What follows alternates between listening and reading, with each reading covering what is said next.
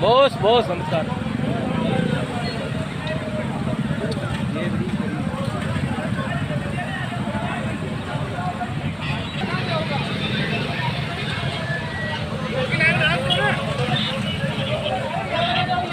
आबिद भाई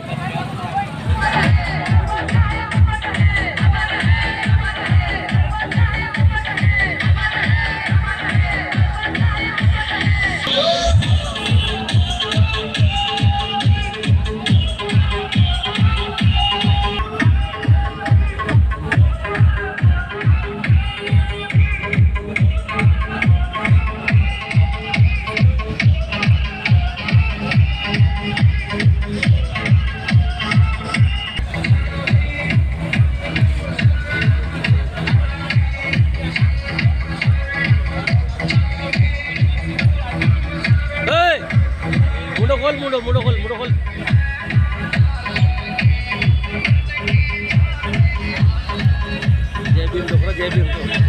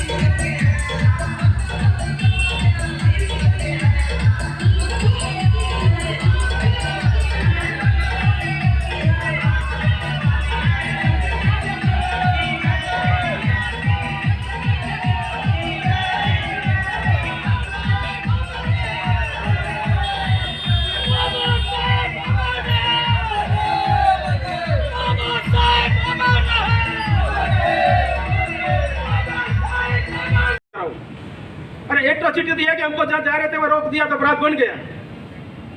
लेकिन चूंकि बात यह है प्रशासन को तो पता है कि बाबा साहब की आज जयंती है।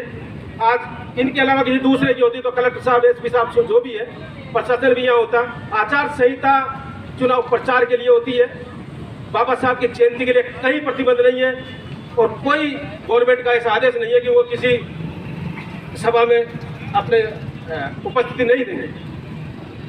मेरा सभी से आग्रह है, आप लोग सब, क्योंकि सभी बोलेंगे, चूंकि मेरे अलावा और वक्ता है, मेरा तो सबसे पहला आग्रह है कि हमारा एट्रोसिटी एक्ट फॉलो करो।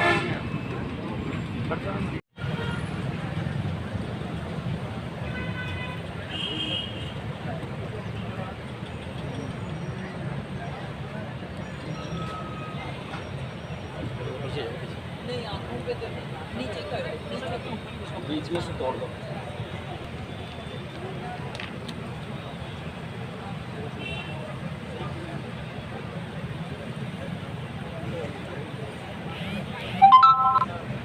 आप कहते थे अगर एकता से चलोगे तो इंसान ही क्या आसमान भी झुक जाएगा। भाइयों, वैसे तो आप और सब बुद्धिजीवी हैं और बुद्धिजीवी हैं और बाबा साहब का जो एहसान मानते हैं, बाबा साहब की बदौलत मानते हैं कि आज हम कुर्सी पर बैठे हैं। इसलिए आप लोगों को ज़्यादा बतलाना मैं अपने आप में सक्षम नहीं समझता हूँ, क्योंकि बाबा साहब का जन्मदिन है और बाबा साहब, अगर आप और हम ये माने कि बाबा साहब हमारे ही थे तो ये हमारी ज्ञानता नहीं, अज्ञानता होगी। बाबा साहब संपूर्ण समाज के थे, लेकिन समस्या यह है कि हमारे जो योग्य लोग हैं उनको कभी इस देश में योग्य माना ही नहीं। बात ये आज हमारे रिजर्वेशन की करते हैं, बात ये कहते हैं कि हमारा देश आज रिजर्वेशन की वजह से पिछड़ा हुआ है। मैं आपको बतला दूं कि जब देश गुलाम था, देश को आजाद हुए तो 70-75 साल हुए हैं, जब हमारा देश गुलाम था तब किसी भी प्रकार का रिजर्वेशन नहीं था। उसके बावजूद भी देश गुलाम रहा। गुलामी के कारण यह नहीं कि रिजर्वेशन था, गुलामी का कारण यह था कि जो लोग योग्य थे उनको उनकी योग्यता के अनुरूप काम नहीं दिया गया, उनको महत्व नहीं दिया गया। बात रिजर्वेशन की करें तो आप रामायण काल की करो तो रिजर्वेशन तो उस टाइम भी था जब संवर हो रहा था। उस टाइम का भी आपको ध्यान होगा कि उस टाइम किसको कितना मौका दिया गया और किसको नकारा गया था। बात आती है, अगर मान लो योग्यता की बात होती तो सबसे बड़ा योग्य धनुर्धर एकलव्य होता, अर्जुन कतई नहीं होता। तो यही रिजर्वेशन था। आज की बात करें, 6 गोल्ड मेडल लेने के बाद सीमा दास, उसको पद्म भूषण नहीं दिया गया, लेकिन पीवी सिंह जिसको 1 मिला उसको पद्म भूषण दिया गया। इसको कहते हैं रिजर्वेशन। बाबा साहब ने हमको यह कहा था हमको कुछ नहीं चाहिए, हम ये चाह रहे थे जल जमीन और जंगल जो हमारे हैं उस पर तो हमको आराम से रहने दो, लेकिन इनको वो भी रास नहीं आया, हमको वहाँ भी रहने नहीं दिया। मैं ममता जी से निवेदन करूंगा कि हमारे बूंदी की बहुत प्रभुत्व नेता भी रही है और वो भी रही है। एट्रोसिटी किसको कहते हैं? एट्रोसिटी इसको कहते हैं कि जैसे जाति आती की मीणा, ये तो होते ही ऐसे। आज भी आपके हमारे घरों में गालियां किस नाम से दी जाती है? अगर कोई महिला या आदमी गंदे कपड़े पहन ले तो उसको कोई ये नहीं कहता कि भाई तू ब्राह्मण है, राजपूत है या वैश्य है। उसको हमारी जातियों के नाम से गाली दी जाती है और गाली का कारण यह है कि हमको उत्पीड़ित रखा जाता है और उस उत्पीड़न को हम सहते हैं। सहने का कारण उसका दोष मैं इन लोगों को नहीं दूंगा, क्योंकि बाबा साहब ने रिजर्वेशन दिया था। उस रिजर्वेशन के अकॉर्डिंग हमारा पर्याप्त प्रतिनिधित्व आज पार्लियामेंट और असेंबली में है, सरपंचों में है, जिला परिषद में है, जिला पंचायतों में है। लेकिन वो लोग वहां जाके मूक बधिर हो जाते हैं, वो बोलते नहीं है, क्योंकि बात बाबा साहब के सर्किल की है। मेरे को पूरा भारत में एक जगह बता दो जहां किसी भी देवी देवता महापुरुष की स्टेचू को छोटा किया गया हो। एक उदाहरण बूंदी में है, जो टूटा फूटा था उसको भी छोटा कर दिया गया।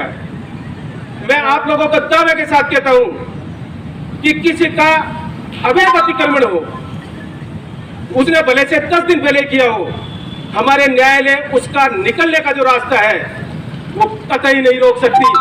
लेकिन विडंबना इस बात की है, हमारा एक सर्किल जिसको पहले तो छोटा कर दिया, आज आप और हम देखेंगे। मैं कह रहा हूँ 60 साल के ऊपर वाला तो उस बाबा साहब की प्रतिमा तक चढ़ भी नहीं सकता, क्योंकि जो द्वार थे सीढ़ियां थी वो भी तोड़ दी गई है। और ये है एट्रोसिटी। इसी को हम एट्रोसिटी कहते हैं, इसी को हम वो कहते हैं। आज एक महात्मा गांधी जी की जयंती होती है और महापुरुषों की जयंती होती, तो यही नगर पालिका जो हमारे पैसे से चलती है वो कहीं ना कहीं एक आध लड़ी लाइट की लगा देती। लेकिन हमारे बाबा साहब के सर्किल पे जो था उसको बैठा दिया गया, वो सीटियां बैठा दी गई थी। इसके पीछे इन लोगों का नहीं, आपका हमारा दोस्त है, हमारा पर्याप्त प्रतिनिधित्व है। हमारे मेंबर्स भी होंगे, हमारे चेयरमैन भी बने होंगे, हमारे एमएलए भी होंगे, हमारे एमपी भी होंगे, लेकिन वो बाहर रहते वक्त जब चुनाव नहीं लड़ते हैं, जब तक असेंबली में नहीं जाते, तब तो जोर से दहाड़ते हैं और वहां जाते हैं ऐसे हो जाते हैं भीगी बिल्ली, जैसे कि वो गुलाम पैदा हुए हैं।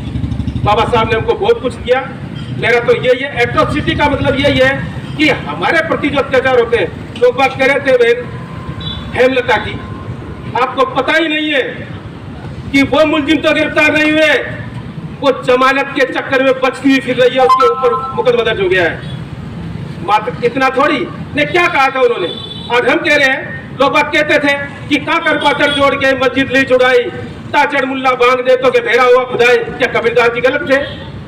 कबीरदास जी ने यह भी कहा कि पत्थर पूजे हरी मिले तो मैं पूजू पहाड़, ताते चाकी भली पीस खाए संसार।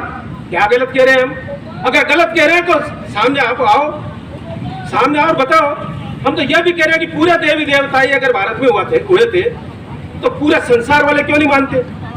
भाई सृष्टि का निर्माण देवी देवताओं से हुआ है, तो पूरा संसार ही देवी देवताओं क्यों नहीं मानता? ये प्रश्न है। और मैं भारतीय के सिद्धांत से हो सकता है मेरे विचारों से सामने वाला सहमत हो गया, पर मेरे विचार जो बाबा साहब के संविधान ने दिए हैं उनको प्रकट करने का मेरा मौलिक अधिकार है और उन्हीं के तहत उन्होंने कहा था। लेकिन लोगों ने कहा कि बीकानेर कर दिया वो भी पता था, या कर दिया वो भी पता है, लेकिन अभी उनके विरुद्ध धार्मिक भावना भड़काने के संबंध में धारा 295 के तहत FIR दर्ज है।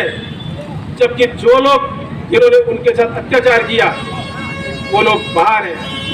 हमने ये नहीं कहा कि बाबा साहब की स्टैचू अलग से लगाओ, पर जो है उसको तो बनाओ। उस डॉक्टर हेमलता ने यह नहीं कहा था कि मैं सरस्वती जी की प्रतिमा नहीं लगने दूंगी, उन्होंने ये कहा था कि मैं इनको नहीं हटने दूंगी। तो बात तो बराबर है। राजस्थान गवर्नमेंट का गजट नोटिफिकेशन है कि प्रत्येक सरकारी कार्यालय में बाबा साहब और महात्मा गांधी के फोटो होंगे। कितने कार्यालयों में? तो इस बात के लिए हमारे मीडिया से भी निवेदन करूंगा कि इस बारे में जानकारी लेवे कि वास्तव में ये बात सही है या गलत है। जब गवर्नमेंट का जो आदेश है वही फॉलो नहीं होता। जयंती के महोत्सव में आप सब लोगों का बहुत बहुत स्वागत करते हैं। हमारे बीच में आनंदलाल जी मीना साहब, प्रधान साहब, कांवरिया जी, मोदूलाल जी, बाबूलाल जी और सभी साहिबान, सभी हजरात जो पधारे हैं, मुझे बहुत खुशी है कि आज मैं बूंदी में थी। नहीं होती तो झूठ नहीं बोलूँगी, मेरा आना नहीं होता, लेकिन आज मैं थी। मुझे बहुत खुशी है। सबको बहुत बहुत बधाई दे रही हूँ इस जयंती। कांवरिया जी ने बहुत कुछ बातें कही और मैं मानती हूँ कि सत्यता है। ये एट्रॉसिटीज जो हैं इनको ख़त्म करने के लिए बड़े कदम उठाने पड़े। इससे ये इस तरह से बात करने से या भाषण देने से काम नहीं चलेगा, लामबंद होना पड़ेगा और तभी कुछ होगा। और मैंने जो हालात देखे जब मैं आयोग में थी तब भी, तो सबसे ज़्यादा जो बलात्कार होते थे वो दलित कन्याओं के थे। और हमने इस पे कदम भी बहुत उठाए, सरकार को भी लिख के दिया कि इसमें सज़ा ऐसी दो कि आदमी दोबारा ना कर सके। लेकिन कई बार ऐसा होता है कि कोर्ट भी चाहते हुए नहीं करती। मैंने फास्ट ट्रैक कोर्ट्स बनवाई थी, वो fast track courts time bound होनी चाहिए थी कि इतने टाइम में बलात्कारी को सज़ा ज़रूर मिले। या जो आपने घोड़ी की बात कही, मैं हर बात से सहमत हूँ। जितना अधिकार किसी ब्राह्मण बनिए और दूसरी जातियों का है उतना ही अधिकार इस देश में आपका भी। आपने भी उतना ही योगदान आज़ादी के संग्राम में दिया है जितना और जातियों ने दिया है। और एक बात का वादा करके, और आज मैं जाऊंगी, मेरा स्वास्थ्य बहुत दिनों से खराब था लेकिन मैं आई। कांवरिया जी, आपने सही कहा कि एक भी लाइट नहीं लगी, अगली बार से सजावट मेरी जिम्मेदारी। यहाँ सर्किल सजेगा, आप चिंता मत करो, मैं कराऊंगी। और आप सबसे यही निवेदन कर रही हूँ कि आज का दिन हमें उत्सव के रूप में मनाना चाहिए। ये कोई मामूली बात नहीं है। बाबा साहब का बहुत बड़ा योगदान इस देश के लिए रहा। मैं कोटा में एक बीएड कॉलेज की प्रेसिडेंट हूँ। मैंने वहाँ सबके साथ बाबा साहब की भी फोटो लगवाई। मैंने कहा उनका जितना योगदान है, जितना अपने इनके दूसरों का है, उतना ही हमारे बड़े नेता बाबा साहब का भी है। तो आप लोग को इस शुभ अवसर पे बहुत बहुत बधाई देके और मैं आज्ञा चाहूँगी। जय हिंद।